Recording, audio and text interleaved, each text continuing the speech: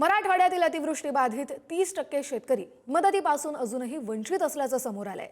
अतिवृष्टी बाधित शेतकऱ्यांच्या बँक खात्यावर दिवाळीपूर्वी आर्थिक मदत जमा करण्याचं राज्य सरकारने जाहीर केलं होतं। त्यासाठी निधी देखील उपलब्ध करून दिला होता, परंतु महसुली यंत्रणेच्या कासव गतीमुळे अद्यापही या मदतीचं वाटप पूर्ण होऊ शकलेलं नाहीये। सुमारे 30% शेतकऱ्यांना ही आर्थिक मदत मिळणं बाकी आहे। मदतीसाठी 3 डिसेंबर अखेर 88,30,696 शेतकऱ्यांच्या यादी अपलोड करण्यात आल्या आहेत। यादी अपलोड करण्याची 74% कामं पूर्ण झाली आहेत, परंतु बहुतांश शेतकऱ्यांनी फार्मर आयडी काढलेला नाहीये। तसंच ई-केवायसी केली नाहीये आणि ते कारण आवश्यक आहे। मात्र या अभावी अजूनही 4,03,626 शेतकऱ्यांना 235 कोटी रुपयांचं अनुदान मिळालेलं नाहीये। यातले काही महत्त्वाचे मुद्दे आपण पाहूयात। मराठवाड्यातील 32 लाख हेक्टरहून अधिक क्षेत्रावरील पिकांचं अतिवृष्टीमुळे नुकसान झालंय। 1,06,45,000 शेतकऱ्यांसाठी मदत जाहीर करण्यात आली, तर 8,708 कोटी रुपयांची मदत राज्य सरकारनं शेतकऱ्यांसाठी जाहीर केली।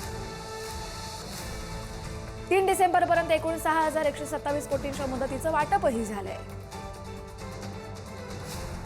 मात्र 82,91,000 शेतकऱ्यांच्या खात्यात रक्कम जमा झाली आहे। मात्र मराठवाड्यातले 30% शेतकरी अजूनही मदतीपासून वंचित आहेत। 4,03,000 शेतकऱ्यांना अजूनही मदत मिळालेली नाहीये। याद्या अपलोड करण्याचं 74% काम पूर्ण झालंय, इतर काम बाकी आहेत। फार्मर आयडी, ई-केवायसी नसल्यानं याचाच आता शेतकऱ्यांना फटका बसतो, त्यामुळे नुकसान झालंय। मात्र मदत या शेतकऱ्यांपर्यंत पोहोचलेली नाहीये। मराठवाड्यातील 32 लाख हेक्टरहून अधिक क्षेत्रावरील पिकांचं मोठं नुकसान झालंय।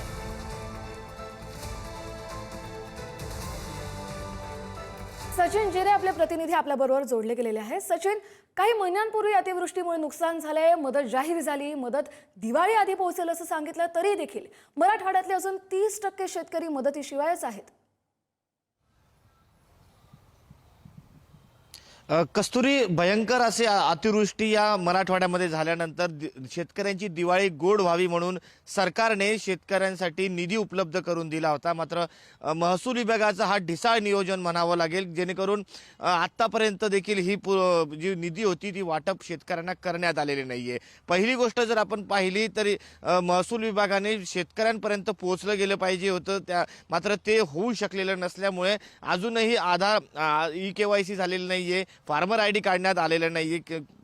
अनेक अशी ग्रामीण भाग आहेत, त्या भागामध्ये रेंज नसल्यामुळे किंवा शेतकऱ्यांकडे येण्या जाण्याचं अनेकांचं साधन नसल्यामुळे, दुर्गम भाग असल्यामुळे ते देखील शेतकरी पोहोचू शकले नाही। अशा लोकांपर्यंत प्रशासनाने पोहोचलं पाहिजे होतं, ते झालेलं नाहीये। अनेकांच्या दिवाळी जी गोड करण्यासाठी प्रशासनाने, सरकारने प्रयत्न केले होते, ते कुठेतरी महसुली विभागाच्या ढिसाळ नियोजनामुळे पूर्ण झाले नाही। 70% निधी वाटप करण्यात आलेला, मात्र जे 30% शेतकरी राहिलेले आहे ते अजूनही वंचित आहे। आणि पुढचा काळ जर आपण सांगितलं तर पुढच्या काळी इलेक्शनचा हा काळ आहे आणि या महिनाभरामध्ये महसूल प्रशासनातील बहुतांश अधिकारी कर्मचारी जे आहेत ते निवडणुकीच्या काळामध्ये व्यस्त असू शकतात। त्यामुळे ही 30% जर कामं आत्ताच पूर्ण केली गेली नाही तर येत्या काळामध्ये देखील अनेक महिने पुढचे शेतकऱ्यांना अशाच पद्धतीने निधीपासून वंचित राहावं लागू शकतं। त्यामुळे आता प्रशासनाने जागं झालं पाहिजे आणि जे उर्वरित जे अतिवृष्टीग्रस्त शेतकरी आहेत त्यांच्या बांधावर जाऊन त्यांना किमान त्यांचं केवायसी पूर्ण केलं पाहिजे, किंवा जेणेकरून त्यांच्यामध्ये जनजागृती केली पाहिजे,